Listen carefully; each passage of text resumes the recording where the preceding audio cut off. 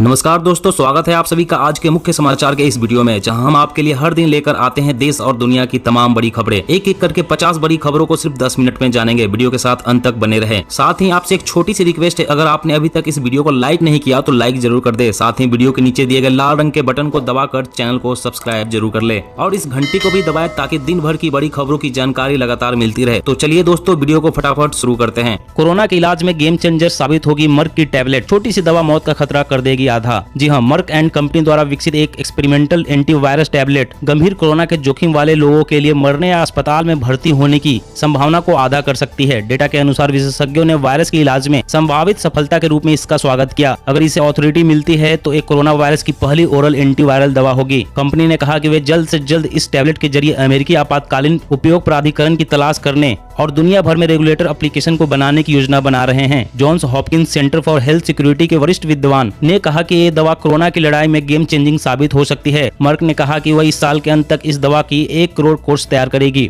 आगे जाकर इनकी संख्या और बढ़ाई जाएगी। और अगली बड़ी खबर की बात करें तो अब हादसों पर लगेगी लगाम। हरियाणा सरकार ने बनाया नया ड्राइविंग मैनुअल लाइसेंस बनाने में नकल पकड़ेगा। जी हां, हरियाणा सरकार सड़क दुर्घटनाओं और परिवहन विभागों में फैले दलालों पर अंकुश लगाने के लिए नया ड्राइविंग मैनुअल लाई है। अब अत्याधुनिक सॉफ्टवेयर ड्राइविंग लाइसेंस बनाने में होने वाली नकल और धोखाधड़ी को तुरंत पकड़ लेगा। इसके लिए बनाए गए सॉफ्टवेयर का फरीदाबाद में ट्रायल जारी है। जल्द ही इसे पूरे प्रदेश में लागू किया जाएगा। नए मैनुअल में सबसे अधिक ध्यान सड़क दुर्घटनाओं को रोकने के साथ ड्राइविंग लाइसेंस बनाने के लिए पूरे प्रदेश में सक्रिय दलालों के नेटवर्क को खत्म करने पर दिया गया है। अगर अनाड़ी चालक का लाइसेंस एक बार बन गया तो ताउम्र हादसों का कारण बन सकता है। अब यह प्रावधान किया गया है कि अगर लाइसेंस बनाने में टेस्ट दे रहे व्यक्ति के पीछे कोई खड़ा है, दूर से नकल करा रहा है या फिर इधर उधर से देखकर प्रश्नों का जवाब दे रहा है तो सॉफ्टवेयर उसे पकड़कर तुरंत फेल कर देगा। इसमें अनेक तरह की नवीनतम तकनीक शामिल है जो लाइसेंस के फर्जीवाड़ा को खत्म करेगी। और अगली बड़ी खबर की बात करें तो सरकार के इस कदम से महंगे होंगे सोलर पैनल और इन्वर्टर। बिजली के भी बढ़ जाएंगे दाम, ये है असली वजह। जी हाँ, सोलर पैनल और इसमें लगने वाले सामान जैसे कि मॉड्यूल और इन्वर्टर पर सरकार ने जीएसटी की दर बढ़ा दी है। इससे माना जा रहा है कि सोलर से पैदा होने वाली बिजली की दर 10 पैसे प्रति यूनिट तक बढ़ जाएगी। सोलर पैनल और उससे जुड़े कंपोनेंट पर जीएसटी की बढ़ी दर लागू हो गई है। इसका फैसला जीएसटी काउंसिल की बैठक में लिया था। काउंसिल ने एक मत से रिन्यूएबल एनर्जी डिवाइस और पार्ट्स पर जीएसटी को 5% से बढ़ाकर 12% कर दिया है। एक्सपर्ट के मुताबिक सोलर पैनल पर बढ़े जीएसटी से 4.5% तक पैनल आदि का कैपिटल कॉस्ट बढ़ जाएगा। आने वाले दिनों में सोलर बिजली की रेट और बढ़ सकती है क्योंकि विदेशों से मंगाए जा रहे सोलर पैनल आदि के दाम बढ़े हैं। साथ ही देश में कमोडिटी के दाम बढ़ने का असर भी सोलर एनर्जी पर देखा जा सकता है। बूस्टर डोज को मिल सकती है हरी झंडी। क्लिनिकल ट्रायल में खुलासा, 20% वैक्सीनेटेड लोगों में नहीं बनी एंटीबॉडी। जी हाँ, कोरोना वैक्सीन कराने के बाद भी कई लोगों का एंटीबॉडी लेवल कम ही रहता है। वैक्सीन लोगों में एंटीबॉडी का लेवल को मेंटेन करने का काम करती है। हालांकि फुली वैक्सीनेटेड लोगों में भी कई बार एंटीबॉडी का स्तर कम ही पाया जाता है। एक एक्सपर्ट ने रिसर्च के आधार पर कहा है कि उन वैक्सीनेटेड लोगों को बूस्टर डोज दी जा सकती है जिनके शरीर में वैक्सीन लगाने के बाद भी एंटीबॉडी का स्तर बहुत ही कम रहता है। ऐसा इसलिए क्योंकि 20% वैक्सीनेटेड लोगों के शरीर में कोविड-19 के खिलाफ एंटीबॉडी तैयार नहीं हो पाई है। उन्होंने यह भी कहा कि क्लिनिकल स्टडी अपने अंतिम चरण में है और भारत की वैक्सीन कोविशील्ड और कोवैक्सीन की प्रभावकारिता लगभग 70 से 80% है, जो कि यह बताती है कि वैक्सीनेशन कराने वालों में से लगभग 20 से 30% एंटीबॉडी विकसित नहीं कर सकते। विश्व स्वास्थ्य संगठन ने बूस्टर डोज पर फिलहाल रोक लगाई है। हालांकि बूस्टर डोज के लिए सिफारिश जल्द ही होने की उम्मीद है। और अगली बड़ी खबर की बात करें तो सिक्किम में 1 जनवरी से बोतल बंद पानी पर लगेगा बैन।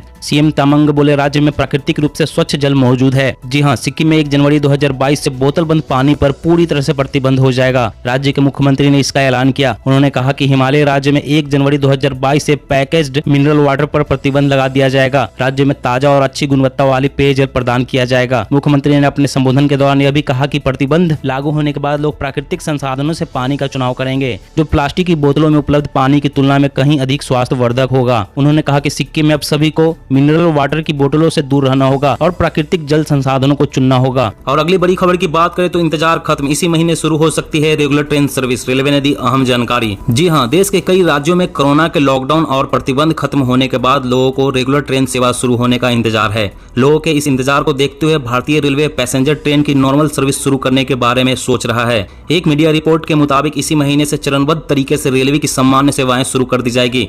भारतीय रेलवे का कहना है कि लोगों को सुविधाएं देने के लिए स्पेशल ट्रेनें चलाई जा रही है। कुछ स्पेशल फेस्टिवल ट्रेन भी शुरू की गई है, लेकिन अब पैसेंजर ट्रेन सेवा को भी सामान्य करने का विचार किया जा रहा है। रेलवे इस विचार पर इसलिए सोच रही है क्योंकि कई राज्यों ने ट्रेन सेवा बहाल करने को आग्रह किया है। और अगली बड़ी खबर की बात करें तो बाइक पर बच्चे को बैठाने के दौरान भूल कर भी न करे गलती, लग सकता है तगड़ा जुर्माना, जाने नियम। जी हाँ, अगर आप भी उन लोगों में से हैं जो अपने स्कूटर या बाइक पर पूरे परिवार को बैठाकर घूमते हैं तो आपको सावधान होने की जरूरत है, नहीं तो आपका बड़ा चालान कट सकता है। हम ऐसा इसलिए कह रहे हैं क्योंकि अगर आप 2 लोगों के अलावा अपने बाइक या स्कूटर पर 4 साल से ज्यादा उम्र के बच्चे को बैठाते हैं तो उस पर फाइन लगाया जा सकता है। दरअसल नए मोटर व्हीकल एक्ट के तहत 4 साल से ज्यादा उम्र के बच्चे को तीसरी सवारी में गिना जाता है। ऐसे में यदि आप 2 लोग बाइक पर जा रहे हैं और साथ में कोई बच्चा भी है जिसकी उम्र 4 साल से ज्यादा है तो आपका चालान कट सकता है। इसके साथ ही यदि सिंगल व्यक्ति 4 साल से ज्यादा उम्र के बच्चों को बाइक या स्कूटर पर बैठाकर ले जा रहा है तो उसे हेलमेट पहनना जरूरी है। अगर कोई व्यक्ति ऐसा नहीं करता तो उस पर 1000 रुपए तक का जुर्माना लगाया जा सकता है।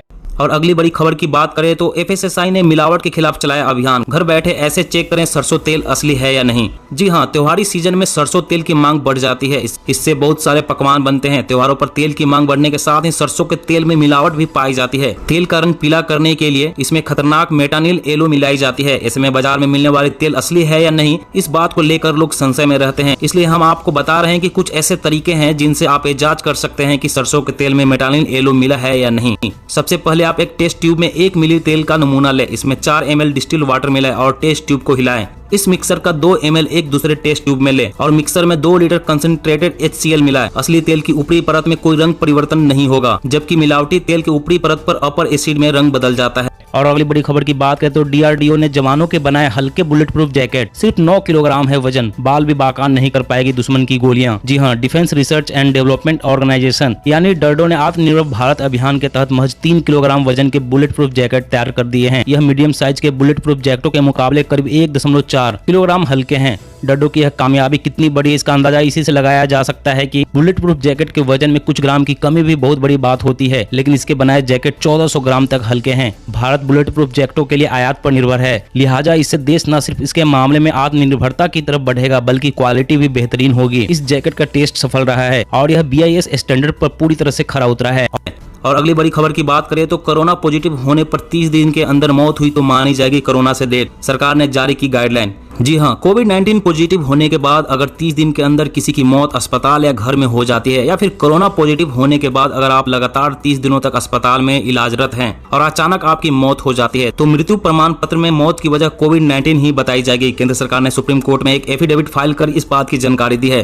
दरअसल सुप्रीम कोर्ट ने केंद्र सरकार को यह निर्देश दिया था कि जो लोग इस महामारी की वजह से अस्पताल में भर्ती हुए हैं और फिर ठीक होने के बाद कोरोना से जुड़ी जटिलताओं से उनकी मौत हो जाती है तो ऐसी मौतों को कोरोना से हुई मौतें मानने की दिशा में कदम उठाया जाए, जिसके बाद स्वास्थ्य मंत्रालय और परिवार कल्याण तथा Indian council for medical research ने नए नियम बनाए हैं। और अगली बड़ी खबर की बात करें तो भूल जाइए कार्ड, अब UPI ऐप के जरिए QR कोड स्कैन कर ATM से निकाल सकेंगे पैसे। जी हाँ, अब जल्द ही आप बिना डेबिट कार्ड के भी ATM से पैसे निकाल सकेंगे। दरअसल ATM बनाने वाली कंपनी NCR कॉर्पोरेशन ने UPI प्लेटफॉर्म पर आधारित पहला interoperable cardless cash withdrawal solution launch किया है। इसके माध्यम से UPI ऐप के जरिए QR कोड स्कैन करके ATM से पैसा निकाला जा सकता है। इस खास सुविधा वाले ATM इंस्टॉल करने के लिए सिटी यूनियन बैंक ने NCR कॉर्पोरेशन से हाथ मिलाया है। बैंक ने अभी तक 1500 से ज्यादा ATM को इस सुविधा के लिए अपग्रेड कर दिया है। और अगली बड़ी खबर की बात करें तो भारत की बढ़ी ताकत, कश्मीर में अब हाईवे पर भी उतरेगा युद्धक विमान। चीन पाकिस्तान की सीमा तक पहुंचने में लगेंगे चंद मिनट। चीन और पाक के साथ युद्ध की स्थिति में या फिर कोई अन्य आपात स्थिति में भारतीय वायुसेना के युद्धक विमान किसी भी समय दक्षिण कश्मीर में श्रीनगर जम्मू राष्ट्रीय राजमार्ग पर उतर सकते हैं। इसके लिए करीब 3.5 किलोमीटर लंबी हवाई पट्टी लगभग तैयार हो चुकी है। इसका काम अंतिम चरण में है। विमानों की ट्रायल लैंडिंग ही शेष है। यहाँ युद्धक विमान आसानी से उतर और उड़ान भर सकते हैं। यहाँ से नियंत्रण रेखा और वास्तविक नियंत्रण रेखा तक पहुँचने में बेहद कम समय लगेगा। युद्ध की स्थिति में यह पट्टी सेना, वायुसेना व अन्य सुरक्षा एजेंसियों के लिए कारगर साबित होगी। और अगली बड़ी खबर की बात करें तो लड़कियों के लिए अलग टॉयलेट और सैनिटरी नैपकिन भी शिक्षा के अधिकार के दायरे में, कर्नाटक हाई कोर्ट। लड़कियों के लिए अलग टॉयलेट और सैनिटरी नैपकिन भी शिक्षा के अधिकार के दायरे में, कर्नाटक हाई कोर्ट। जी हां, 6 से 14 वर्ष के बच्चों को मुफ्त और अनिवार्य शिक्षा का मौलिक अधिकार प्राप्त है। यह अधिकार लड़कों और लड़कियों को समान रूप से मिला हुआ है, लेकिन कई बार स्कूलों में लड़कियों के लिए अलग से टॉयलेट और सैनिटरी नैपकिन आदि न होने से उनके लिए इस अधिकार को सही मायने में प्राप्त कर पाना मुश्किल होता है। इस बात को कर्नाटक हाई कोर्ट ने समझा है और इन मूलभूत सुविधाओं को शिक्षा के अधिकार के दायरे में लाने की बात कही है। अगर देश में लड़कियों का स्कूल ड्रॉप आउट रेट देखा जाए तो आंकड़ों के मुताबिक माध्यमिक स्तर पर लड़कियों के स्कूल छोड़ने की दर 17.3% है, जबकि प्राथमिक स्तर पर 4.4 74% है। वैसे दोस्तों आपकी क्या राय है, लड़कियों के लिए अलग टॉयलेट और सैनिटरी नैपकिन भी शिक्षा के अधिकार के दायरे में शामिल होना चाहिए या नहीं, नीचे कमेंट में बताएं। और अगली बड़ी खबर की बात करें तो अटल टनल पार करने के लिए चुकाना होगा ग्रीन टैक्स, बाइक वालों से भी होगी वसूली, नेक काम में इस्तेमाल होगी राशि। जी हाँ, हिमालय के पीर पंजाल रेंज में लेह मनाली हाईवे पर बनाए गए अटल टनल से गुजरने के लिए अब ग्रीन टैक्स वसूला जाएगा, चाहे वह मोटरसाइकिल पर ही क्यों न सवार हो। अटल टनल से गुजरने के लिए दो पहियों वाहनों को 50 रुपए, कार को 200 रुपए, एसयूवी और एमयूवी को 300 रुपए, बस और ट्रक को ग्रीन टैक्स के रूप में 500 रुपए चुकाने होंगे। रिपोर्ट्स के मुताबिक अटल टनल से गुजरने के लिए केवल बाहरी पर्यटक वाहनों को ही नहीं बल्कि आसपास जाने वाली गाड़ियों को भी सरकार को टैक्स देना होगा। इस ग्रीन टैक्स को पर्यटकों के लिए ही खर्चा किया जाएगा। बताया जा रहा है कि ग्रीन टैक्स के रूप में इकट्ठा होने वाली राशि से हाईवे पर पर्यटकों के लिए बुनियादी विकास किया जाएगा। इसके अलावा इन पैसों से आसपास के गाँव का भी विकास किया जाएगा। दोस्तों आज की खबरों में बस इतना ही। इसी तरह हर रोज काम की खबरें जानने के लिए आप हमेशा हमारे साथ जुड़े रहें। हमारे साथ जुड़ने के लिए वीडियो के नीचे दिए गए लाल रंग के सब्सक्राइब बटन को दबा लें, साथ ही इस घंटी को भी दबाएं ताकि आपको हर खबर की सटीक जानकारी मिल सके। जय हिंद, जय भारत।